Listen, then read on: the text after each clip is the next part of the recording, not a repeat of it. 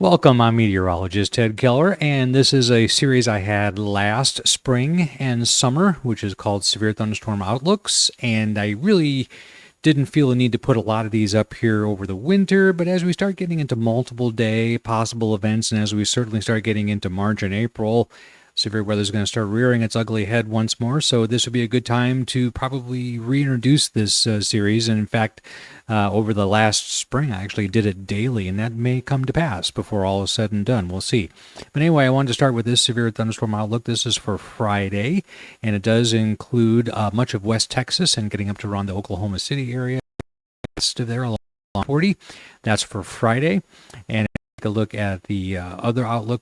This is the Colorado State University outlook that encompasses mostly a hail through almost that exact area, as you can see outlined by the upper right-hand picture here right above my head, whereas the tornado threat and the wind threat not really showing up a whole lot. To give you some background here, and I'm using GEFS to outline this. This is the 500 millibar flow expected over that area by Friday evening around 6 p.m.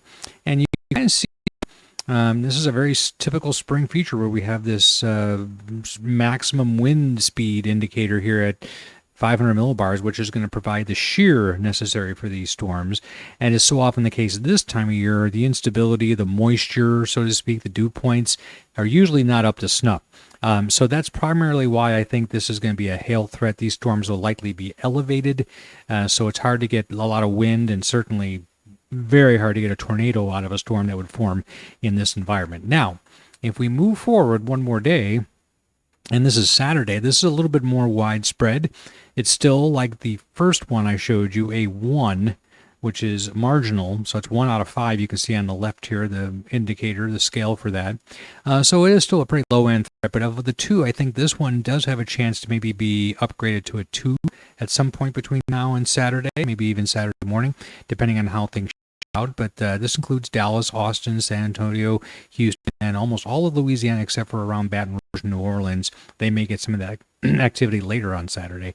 If we take a look at the CSU outlook for that, it does have tornado risk, a small one, but a 2% chance from sections of Oklahoma and Arkansas due south into Texas and Louisiana.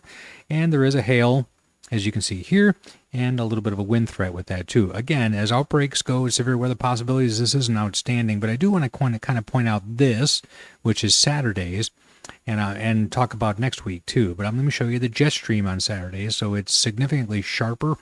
This is what we call a shortwave trough. Big wind maximum on Saturday afternoon is coming into this area. So, but while there might be some thunderstorms in the afternoon, I think that the timing on this is working out pretty well. Just note where the jet streak is, where the maximum energy is, and then I'll show you this map, which is the instability cape.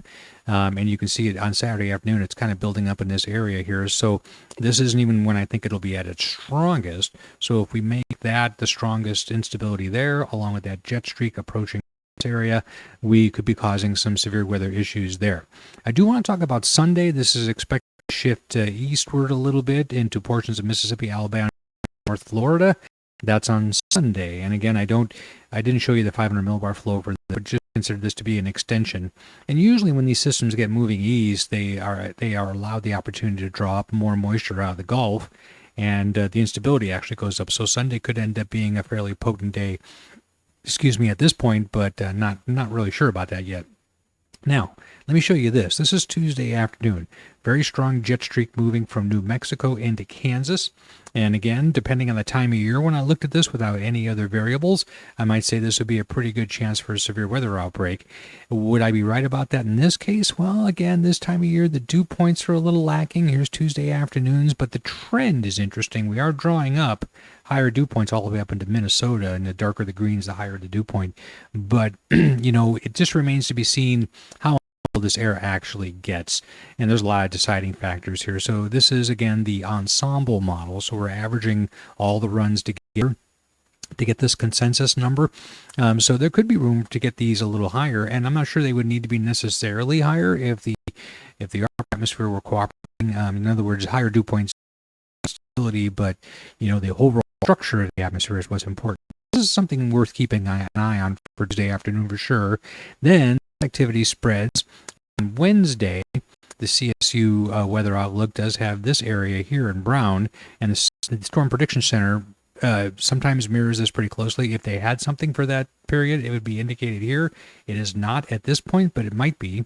We'll just have to watch it. On Wednesday afternoon, the jet streak that was down here is now over Illinois and Ohio. So there's some pretty strong winds there. And there's another system right here and a dip in the overall flow right here that I think is worthy of watching.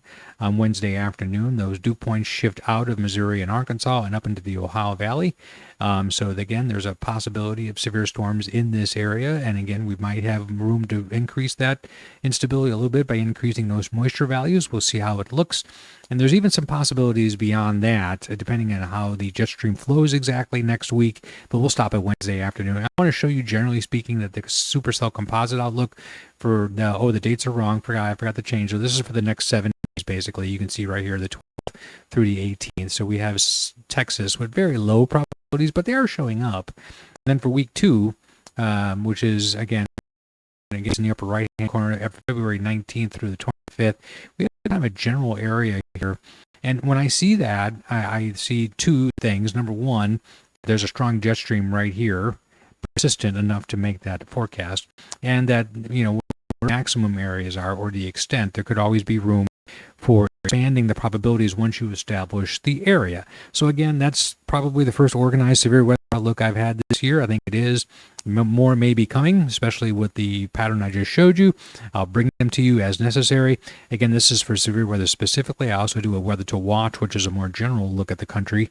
And I publish that about every other day or so. And if you're in the Ozarks, I don't think we're threatened by this a whole lot. We might be. I don't think the chance is really good, but I would do a special video for you all as well. See you in the next video.